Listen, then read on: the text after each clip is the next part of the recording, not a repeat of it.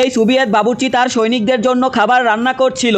হঠাৎ করে কিছু দূর থেকে সে দেখতে পায় একটা জার্মান ট্যাঙ্ক তার দিকে এগিয়ে আসছে। শত্রুর ট্যাঙ্ককে দেখেই সে তাড়াতাড়ি নিচু হয়ে লুকিয়ে পড়ে। ট্যাঙ্কটি কিছু না দেখে এদিক সেদিক বেপরোয়া গুলি ছুটতে শুরু করে। সেই গুলিতে বাবুর্চির রান্নাঘর ভেঙে যায় এবং সে যত রান্না করেছে সব নষ্ট হয়ে যায়। এই দৃশ্য দেখে বাবুর্চি রেগে উন্মাদ হয়ে যায়। সে হাতে একটা কুড়াল তুলে নেয়, ট্যাঙ্কের উপর উঠে চিৎকার করে ট্যাঙ্কে আঘাত করে। ট্যাঙ্কের ভিতরে থাকা জার্মান সৈনিক ভয় পেয়ে যায় এবং অন্ধের মতো গুলি চালাতে থাকে, কিন্তু বাহিরে কাউকে দেখতে পায় না।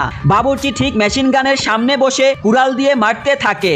লাগাতার গুলি চালানো ও তাপের কারণে মেশিন গানের নল বেঁকে যায়। ট্যাঙ্কের ভিতরের সৈনিক বুঝতে পারে কেউ ট্যাঙ্কের উপরে চেপে আছে। তখন সে দ্রুত ট্যাঙ্ক চালিয়ে বাবুর্চিকে ফেলে দেওয়ার চেষ্টা করে, কিন্তু বাবুর্চি শক্তভাবে ধরে থাকে। এরপর সে নিজের অ্যাপ্রোপ খুলে ট্যাঙ্কের সামনে অংশ ঢেকে দেয়। এতে ট্যাঙ্কের ভিতরে বসে থাকা সৈনিক কিছুই দেখতে পায় না এবং ভুল করে ট্যাঙ্ক নিয়ে একটা ট্রেনের ভিতর ঢুকে পড়ে। বাবুর্চি কুড়াল দিয়ে ট্রেন ছিঁড়ে বাহিরে বেরিয়ে আসে এবং জোরে জোরে চিৎকার করতে থাকে, পায়ে জোরে আওয়াজ করতে থাকে, যেন বাহিরে একটা পুরো সোভিয়েত সেনা দল অপেক্ষা করছে।